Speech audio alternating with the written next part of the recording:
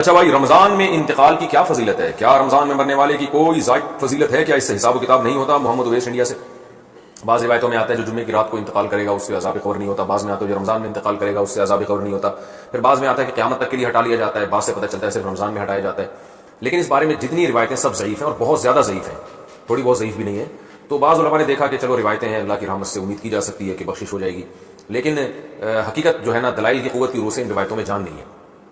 تو اس لیے جو ہے وہ اللہ کی رحمت سے تو دیکھیں کچھ بھی امید لگائی جا سکتی ہے، لیکن اگر ہم اللہ کی طرف منسوب کر کے کہیں اللہ کی طرف یقینی طور پر، تو اسی بات کی نسبت کی جائے گی جو اللہ کے رسول نے کہی ہے، اور جو اللہ کے رسول سے ہم تک صحیح سند کے ساتھ پہنچی ہے اس بات کی نسبت تو کی جائے گی۔ اس کے علاوہ نسبت کرنے میں جو ہے نا میری رائے تو یہ کہ احتیاط سے کام لینا چاہیے۔ البتہ یہ ضرور ہے کہ جو بھی مقدس جگہیں ہوں، مقدس مقامات ہوں، تو ان مقدس جگہیں اور ان مقدس مقامات میں موت کی ویسے ہی ایک فضیلت ہے۔ جمعے کا دن اور جمعے کی رات بھی مقدس، اور رمضان بھی مقدس ہے، اور روزے کی حالت میں موت پر صحیح حدیث ہے کہ روزے کی حالت میں جس کی موت واقع ہوگی جنت میں داخل ہوگا، اس پر مسند احمد کی صحیح روایت موجود ہے۔ تو اور رمضان میں اگر کوئی کسی کی موت واقع ہوتی ہے تو ہم اللہ کی رحمت سے امید کر سکتے ہیں کہ اس پر رحمت زیادہ ہوگی، جیسے مدینہ میں موت ہے، مکہ میں موت ہے، یا جنت البقیع میں دفن ہونا، یہ سب فضیلت والی چیزیں تو اللہ کی رحمت سے امید کی جا سکتی ہے۔ لیکن یاد رکھیں تمام احادیث کو اور قرآن کی آیات کو جمع کر کے فیصلہ کیا جاتا ہے۔ اگر ہم قرآن کی بہت ساری آیتوں کو اور احادیث کو سامنے رکھتے ہیں تو اصل بخشش کا مدار عمل پر ہے، کسی خاص ٹائم پہ مرنا یا کسی خاص حالت میں مرنا اس پر اصل مدار نہیں ہے۔ اس کی وجہ سے اللہ کی رحمت آ سکتی ہے، صغیرہ گناہ معاف ہو سکتے ہیں، کبیرہ گناہوں کے لیے قرآن میں اور حدیث میں جگہ جگہ یہی مضمون ہے کہ ان کے لیے توبہ ضروری ہے۔ یہ اس لیے کہہ رہا ہوں کہ بعض دفعہ لوگ کوئی بہت بڑا کھلے عام گناہگار ہوتا ہے، کھلے عام بدماشی کر رہا ہوتا ہے، ظلم کر رہا ہوتا ہے، رمضان میں مر جاتا ہے تو ہم اس کو جنت میں پہنچا دیتے ہیں۔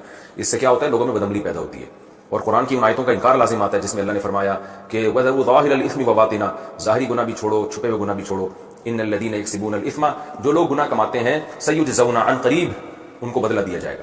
تو اللہ نے یہ نہیں کہا جو گناہ کماتے ہیں ان کو سزا ملے گی بشرطے کہ وہ شوال میں فوت ہوں یا رمضان میں نہ ہو، ایسا کچھ نہیں ہے، اصل قانون یہی ہے۔ باقی جو روایات میں آتا ہے کہ روزے کی حالت میں موت واقع ہوئی تو مبارک موت ہے، عبادت کرتے ہوئے دنیا سے جا رہا ہے تو اللہ سے امید کی جا سکتی ہے، لیکن اصول اور ضابطہ بہرحال یہی ہے کہ جب تک گناہوں سے توبہ نہیں کرے گا بخشش نہیں ہوگی۔ تو اس میں صغیرہ گناہ مراد ہوتے ہیں۔ دخل الجنہ کا مطلب یہ کہ اس کے اگر صغیرہ گناہ جو بہت کثرت سے تھے، رکاوٹ بن رہے تھے، تو اللہ اس کو صغیرہ گناہوں کو معاف کر کے جنت میں داخل کر دے گا، یہ اللہ سے امید ہے۔ تو خلاصہ یہ نکلا کہ روزے کی حالت میں موت اگر ہوتی ہے تو اس کی فضیلت تو صحیح حدیث میں واقع ہوئی ہے۔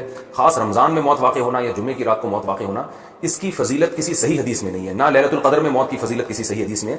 لیکن یہ ویسے شریعت میں ایک بات ثابت ہے کہ فضیلت والے دن یا فضیلت والی رات میں انتقال میں اللہ کی رحمت کی امید کی جا سکتی ہے۔ البتہ بعض علماء دوسری طرف بھی گئے ہیں، تو اختلافی مسئلہ ہے، جس عالم کی رائے زیادہ سمجھ میں آتی ہے اس کو فالو کر لینا چاہیے۔